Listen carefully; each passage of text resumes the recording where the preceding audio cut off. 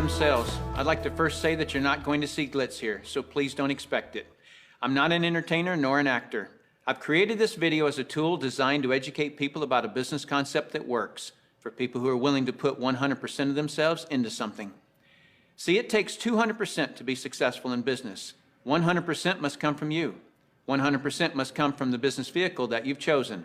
Business vehicle meaning how you earn your living, how you support your family.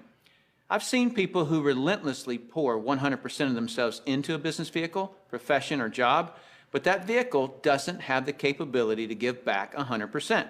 The mechanics of wealth are just not there. But no one has ever fully explained to you why it doesn't work and why it's a waste of your valuable time if your goal is financial success. This video is for the person who is willing to put in their 100%. They're only lacking the right business vehicle, the explanation of why it's right, and the evidence that it does in fact work. Even though I say you must put in 100%, that doesn't mean that you have to work it full time. I didn't. That doesn't mean you have to sacrifice your family time, nor does it mean you have to have prior experience. I didn't. What you'll learn right here has allowed me to build a $25 million company. Now, a $25 million company has certainly been done before. However, this was done where no employees were required. No accounts receivable, no accounts payable, no overhead, and very little inventory. Recently, I said those words to a business owner who said back to me, "Sounds too good to be true." My response back to him was, "Is that a good enough reason to stop looking?" He paused for a couple of seconds and he said, "That wouldn't be very smart, would it?" What I suggest you do is not just watch this information, but study it. What I want to do first is create an equal playing field between people who know how to evaluate a business and those who don't. Because me explaining this business wouldn't be very effective until you understand how to place value to a business. The simplest thing for someone to do when they don't understand something is to go, it doesn't work. The way I'll accomplish this equal playing field is to give you 4 main principles to look for in a business. Number 1 is a huge expanding market. If you were the best vinyl record producer in the world, would it matter today? No. It doesn't matter how good you are in an industry that's eroding. Number 2 is a unique and consumable product. I'll cover unique first. If you don't have a unique product, then you compete on price and convenience. Who has the best price? Who's closest to the customer? Yet if you have uniqueness, then people must come to you. Next is consumable. If you have a non-consumable product, you're basically unemployed until your next sell. You want the repeat sales of consumable products. Whether it's every time someone picks up the telephone, connects to the internet, renews a membership, turns on electricity, or gets to the bottom of a box or a bottle, you want those repeating commissions because it can pay you again and again. Number 3 is timing. Primarily here I'm talking about trends and timing. During all cycles of the economy, there are people who are making money and losing money. The makers are the ones in front of large trends. The losers disregard trends. How do you get in front of large trends? You study what creates them. Without any hesitation, in today's society, it's the baby boom generation that creates the largest trends. The baby boomers are a group of babies born between 1946 and 1964. There were 76 million of them born in the United States, 1 billion of them worldwide. Why is this group so talked about? They're 1/3 of the U.S. population and control 65% of all the money. I've likened the magnitude of all those babies to a basketball moving through a garden hose. They reshape every industry they go through. See, if you can predict where this basketball is going down the garden hose, you possess the ability to make fortunes. I want to give you some historical examples of the obvious buying patterns of these boomers. It started with a company called Gerber back in 1940, who were barely known. But by 1955, just 10 years after the boomers were born, they had sold 1.8 billion jars of strained baby food. As the boomers took their first steps, it was Buster Brown and Kenny Shoes. When the boomers went out to play, Mattel and Hasbro got rich providing toys to this young group. In 1957, we built more elementary schools in the U.S. in 1 year just to handle the overflow than we did in any 12-year period before or after. As the boomers went through their teens, Dairy Queen, McDonald's, Kentucky Fried Chicken became billion-dollar companies feeding the boomers. When the boomers moved through their 20s and 30s, which was in the mid-70s, what was the industry to be in? Real estate. Why? Because the boomers had heard from their parents one time too many, as long as you're living under my roof, you'll do as I say. So they wanted their own roof, which created a 15-year real estate boom. And people are still talking today about the great time frame to be in real estate. Then what happened to the real estate market in the late 80s? It began its decline. Why? The basketball had moved through the real estate industry. Another example of this is the U.S. stock market. Several years ago, I heard a stock market analyst speaking on the radio saying that he just couldn't believe the stock market had a 15-year rise. Notice the number 15 years keeps coming up. Anyone with a good understanding of the baby boomers could have seen this coming and profited from the recent stock market activity. Why does this 15-year number keep coming up? Because the baby boomers were born between 1946 and 1964. And so 18 years separates the front edge from the back edge. A very important number for you. If you look for trends on the front side of the basketball, you get the full 18 years for your products to be popular. That's the reason you study the nose of the basketball. So your business, no matter what your business is to be looking at what industries are expanding or which industries are about to expand. You shouldn't care how long you've been doing something or how long you've been in school to learn something. Are you in front of trends or not? Don't have a loyalty to something just because you've been educated in it or doing it for a long time.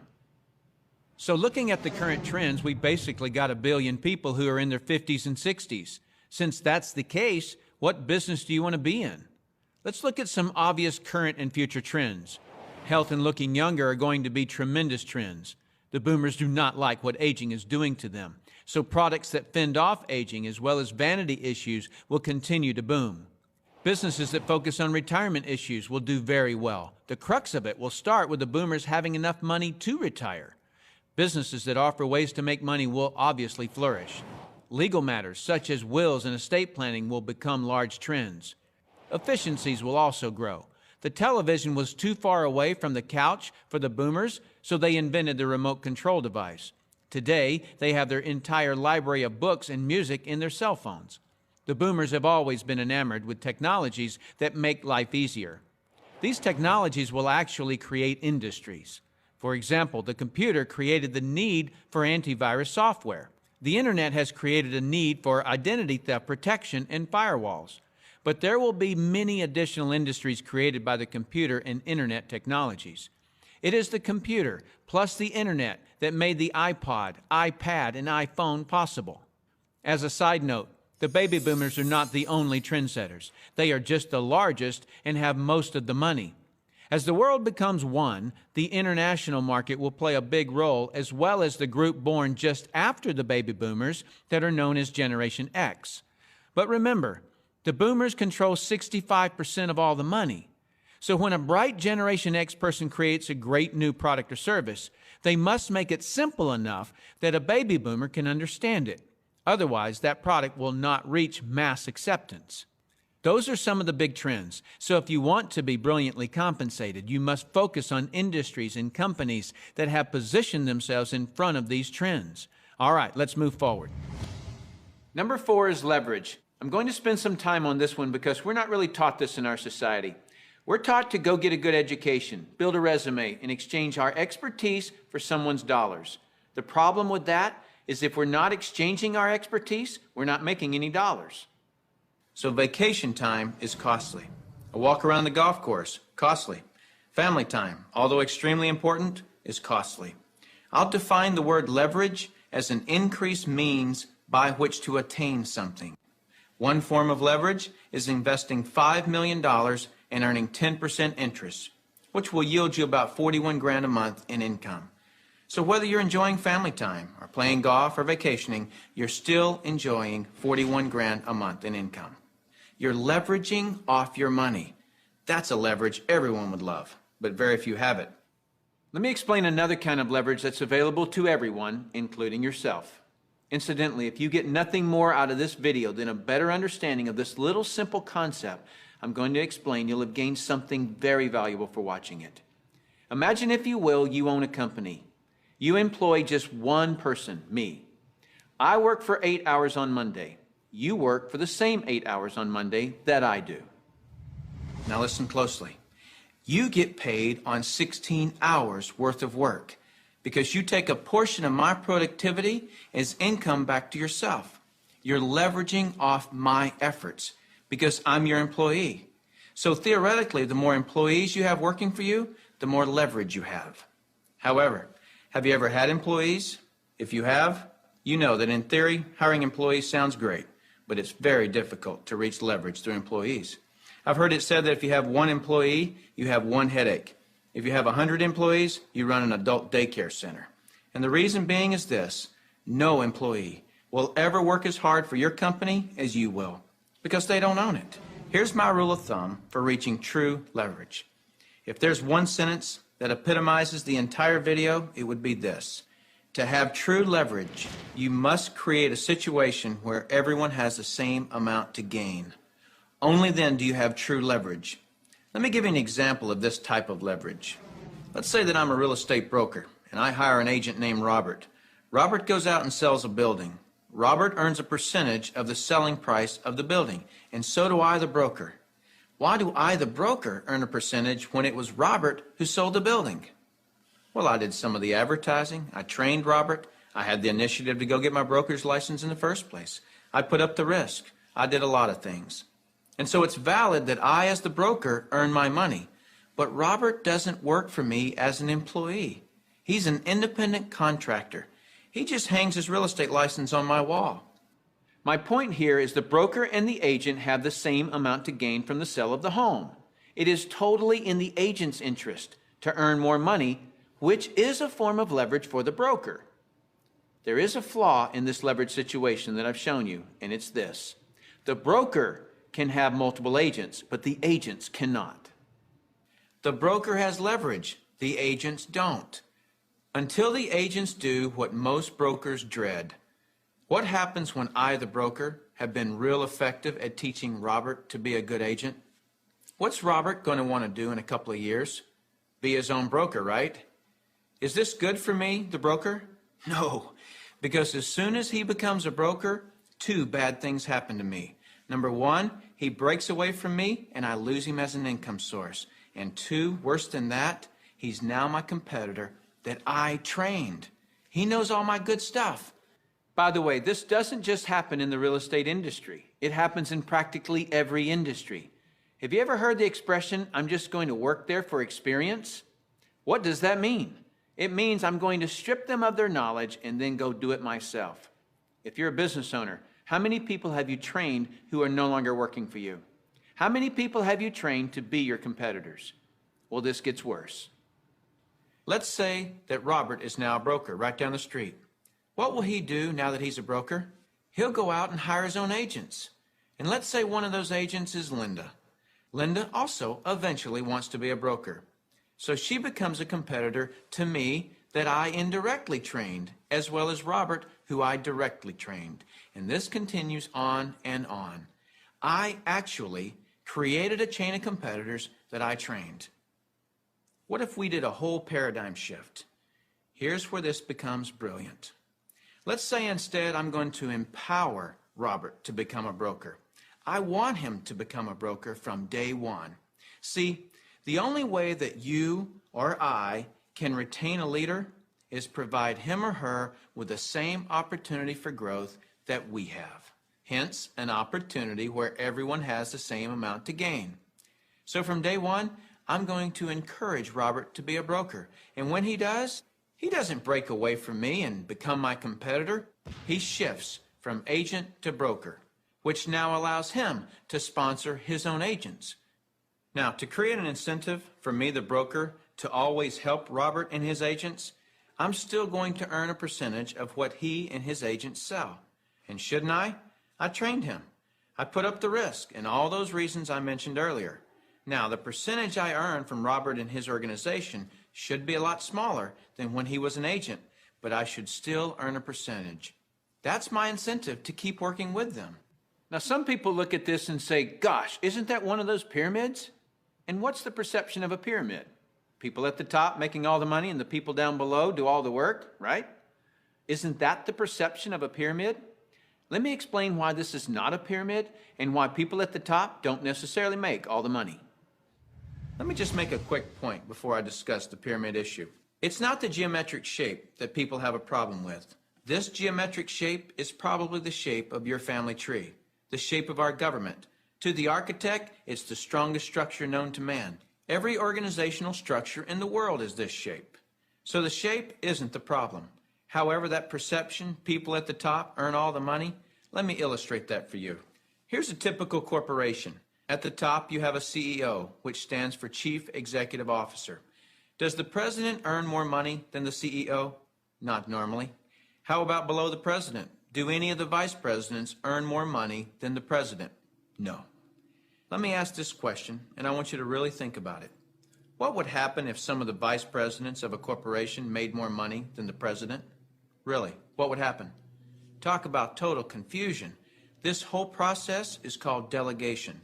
Each level of the corporation earns less income. The reason the president can tell the vice president what to do is because they make more money.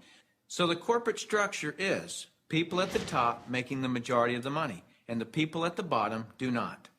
The CEO of any corporation earns off the productivity of, or is leveraged off of, everyone in his or her corporation.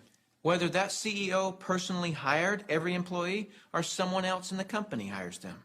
So the CEO, and only the CEO, earns on multiple levels of his or her company. And the model that I'm suggesting as being brilliant is where you, the individual, are given that same opportunity to earn on multiple levels of brokers and agents, just as the CEO of a corporation is. From here on, I'll refer to this form of marketing as network marketing. In network marketing, you, the individual, are given the opportunity to earn off the productivity of the people in your organization, whether you personally sponsor them or someone in your organization sponsors them. Remember that I said to reach true leverage, you must create a situation where everyone has the same amount to gain. Well, that's what I just described. Here's what makes the network marketing structure the absolute fairest structure available. In most network marketing companies, everyone can earn a certain number of levels deep of the organization they build. Everyone in the company can earn that same number of levels deep, like maybe 4 levels deep or 6 levels deep. Let's say we use 4 levels. So if you build an organization to be more productive, then you would earn more money than I would, even if you were in my organization. In the example shown, you would earn on 3 levels I couldn't reach, because everyone gets the same number of levels. There are people in my organization right now that earn more money than I do. Do you know what I call that? Fair. Shouldn't it be that way? I mean, take any structure. Shouldn't the most productive person in that structure make the most money? Now I'd like to show you an interview that I did a few years ago with Dr. Charles King, who holds a PhD from Harvard and is a professor of marketing at the University of Illinois at Chicago, who actually teaches network marketing at the university. Dr. King, we're delighted to have you here. I'm pleased to be here, Tim. Dr. King, could you tell us a little of your education and your business background? Tim, I'm a professor of marketing at the University of Illinois at Chicago. I got my bachelor's and master's degrees from the University of Texas in Austin, spent a tour of duty with the Exxon Corporation, and then returned to get my doctorate in business administration from Harvard University. More important to this discussion, over the last 6 years, I've been involved in doing research, teaching, and consulting in network marketing. So coming from such a conservative school, and I know you a little bit, and I know you to be very conservative, what caused you to look at network marketing to begin with?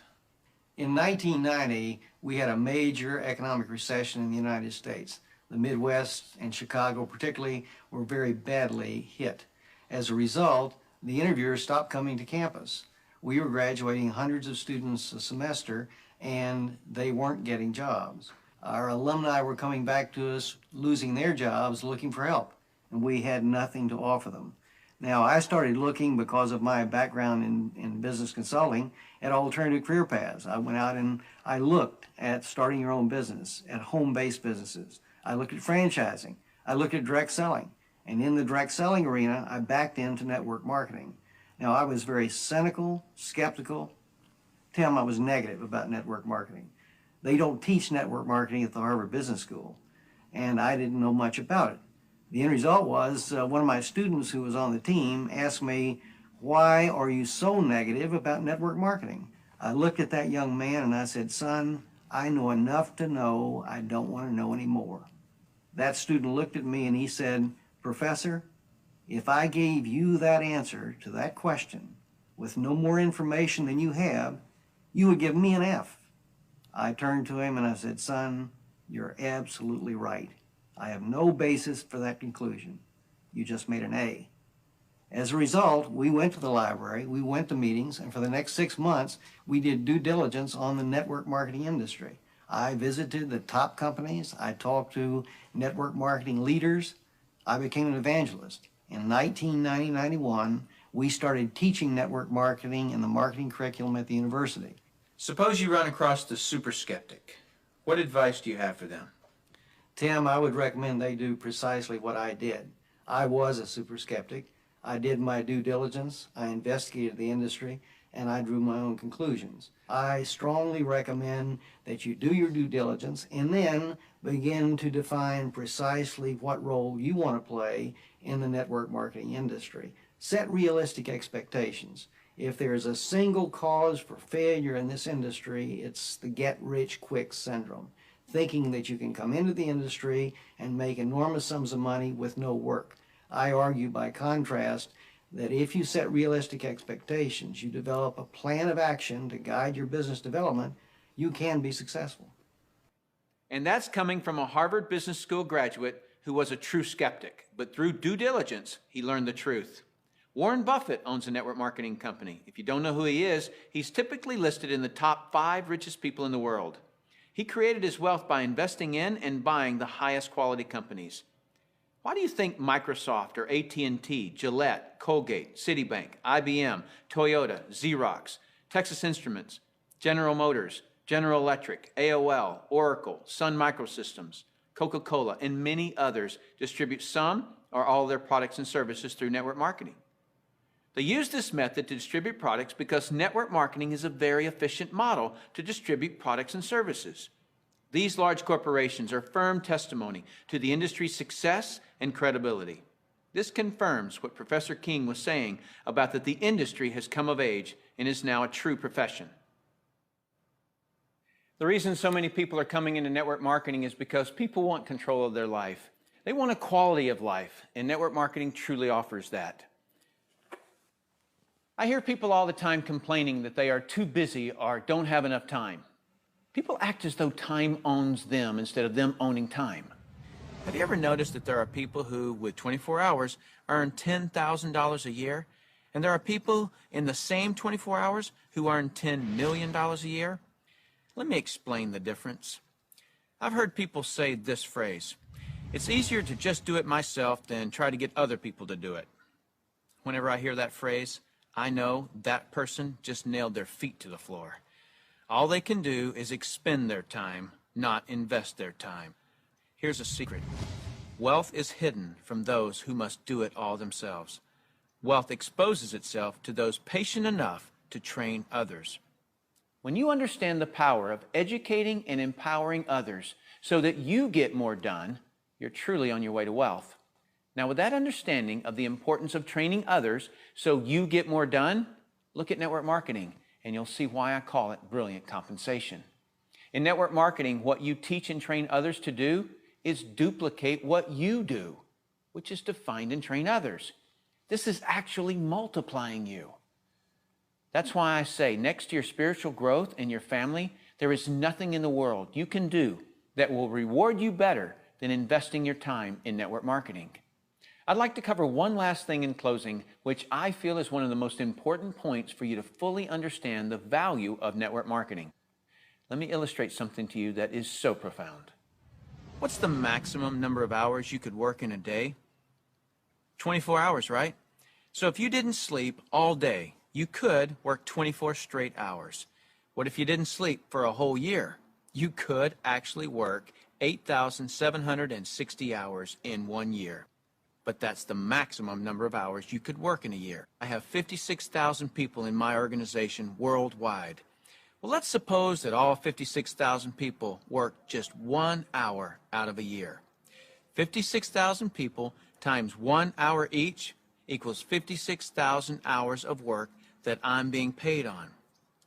Well, for most people to earn on 56,000 hours of work, they'd have to work for over 6 years, 24 hours a day without sleep to put in the same amount of hours that I could in 1 hour a year. Let me throw in something really ridiculous.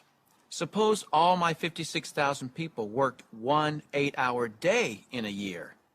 56,000 people times 8 hours is 448,000 hours I'm being paid on.